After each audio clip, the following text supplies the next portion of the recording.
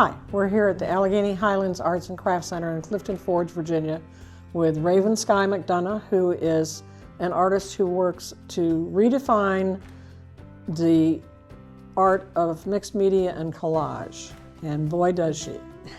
So tell us a little bit about yourself and how you landed here. I originally from New England, moved to Florida, and now I'm called a halfback here in beautiful. I live in Roanoke. And how I got into collage, I was a painter, and I was in both oils and acrylics. And I took a collage workshop in 2008, and you did a watercolor, added a few papers. Well, I went home, did another watercolor, and I couldn't stop adding papers, and I covered the whole thing. And I said, oh, I like this better. And so then I'm like, why can't I do this on canvas? Because I didn't want to deal with the framing aspect of watercolor paper. And it just took off from there. That's great. Tell us a little bit about your technique as you put together. Do you have any idea how many pieces of paper go into one of these? No, I don't. Probably thousands, because there could be several layers before I get the effect. You know, you have to solve the same problems as a painter of how to make a 2D surface into a 3D surface, and that's by values, a light value against a dark value. So yeah. And so you were telling me the other day that you have all your colors sorted into little bins. I do. Yes, I have big pieces in the big bins and sorted by color, and then small, because even the small ones are precious. Sometimes you'll find a paper, like here I have a map, and it's a limited supply, so you want to keep every little bit of it. Yeah, and some of the papers I recognize from books of collage paper, but some of them obviously look like you have altered what you started with. I have. Here's an example right here where I took the styrofoam comes with the meat, and I washed it off, and I with a back of a brush I made marks, and I used it as a stamp so that I was able to get the dark and the light there. Let's see with some other examples. Yeah, it's if I can't find what I need, then I do make by hand cutting my own stamps and using stencils. Okay. What kind of paper, when you're making the papers to go on the collage, does it matter what kind of paper you use? It doesn't, because I'm looking for the pattern that's going to be underneath, that's going to show in the spaces in between either the stencil or the stamp. So when you add the dark purple here, the light purple was the paper underneath. Oh, okay. So okay. Yeah. And so as you build your surface forward, you start with a thumbnail sketch. I do. Once I get my idea, and I do a charcoal drawing, and then once I get that set, I outline it with a Sharpie, so it looks just like a coloring book. And then I have to decide, what colors I want, and I start with the background and I move forward. And yeah, so it goes through a lot of changes. I was going to say, it does. Dozens of changes as you work. It does. But the surfaces are just.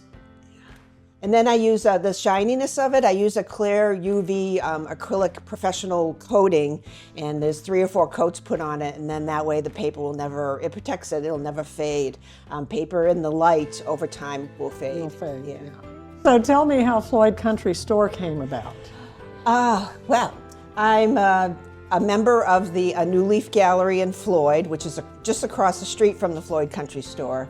And everybody was talking about the music, and that's one of the reasons that most people come to Floyd, is because of the bluegrass music is part of the Crooked Trail.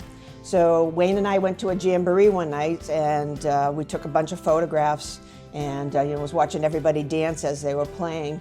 And I decided on this shot, and the original, this is a print on canvas, but the original is 48 by 48, which is the same size as the swan piece, Spirit Guide. And it was a real challenge. It took me over 3 months full-time working on this. Wow. And then to scale it back down. Yes. For that, and for this also for I the do, posters. yeah. I made posters because a lot of tourists come through Floyd, and they don't have, maybe they don't have room in their suitcase or their car or whatever for, a bigger piece.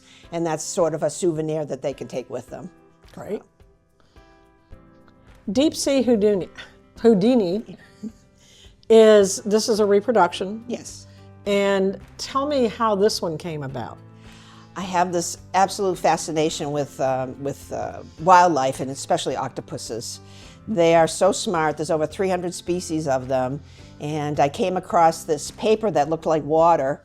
And this is all one piece, this background. And I decided that I wanted to do an octopus. And because they can change colors so quickly and all that, and the designs, I had fun, experimenting with it. So.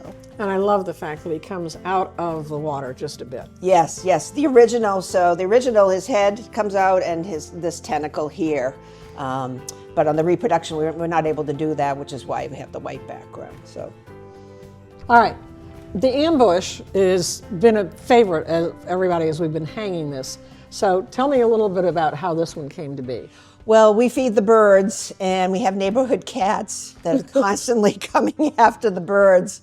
And I saw one jump really, really high one day towards the bird feeder. So I thought that just, it clicked. And that's what brought that about. Because I love the movement. Have it being a cat owner, that's a very familiar position. They will just twist. Yes, and I have this little guy. He's coming off the canvas there just a little bit, so, and we have feathers. But I like to, if you look really closely, there's all kinds of things in here. There's an owl, there's a rose. I hide things for people to discover.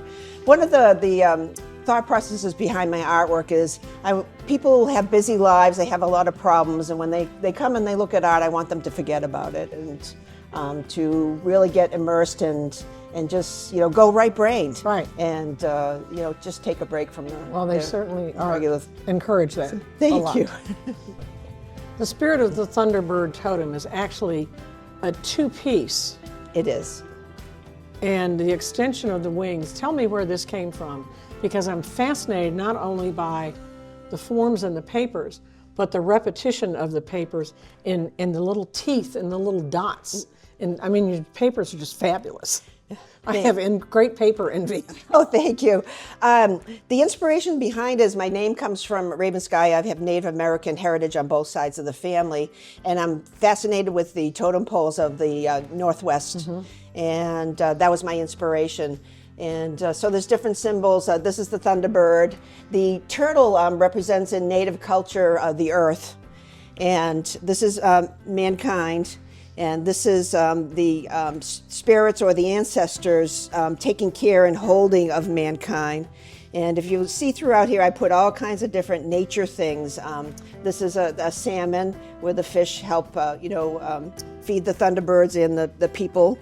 And there's deer, and there's all kinds of things just hidden there in feathers. And I love this charming little bear. Thank you. I really like to challenge. I like to challenge myself, so I wanted to do something that was coming off the canvas that was more than just a little bit, and I did it with this, so that's why I had to do it in two pieces. It wouldn't be able to have transported it anywhere. But it went together just beautifully. Oh, thank you. So. Thank you. This piece, the psychology of peace, is very different somehow from the others. So tell me about this. It is. It's an early piece when it was in just starting Collage, so it was probably made in 2009.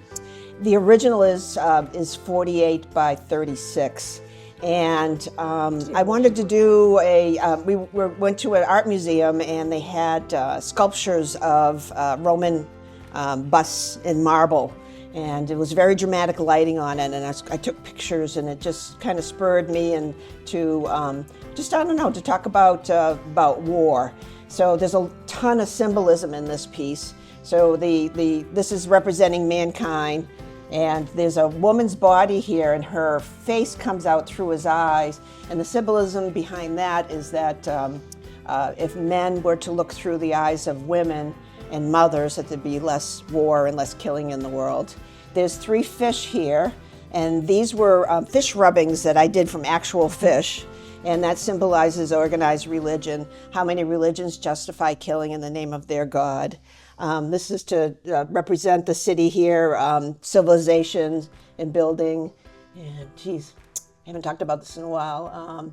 I was coming across the name. I was looking through an old dictionary and ripping out pages, and actually it was a history book. And the title of the chapter was "The Psychology of Peace," and it just clicked and pulled it all together. It's a really powerful piece, but it's very different from the others. Yeah, it is. It's a lot more dreamlike. Yes. I like to make pretty pictures, but I also like to make art that has social awareness, to it.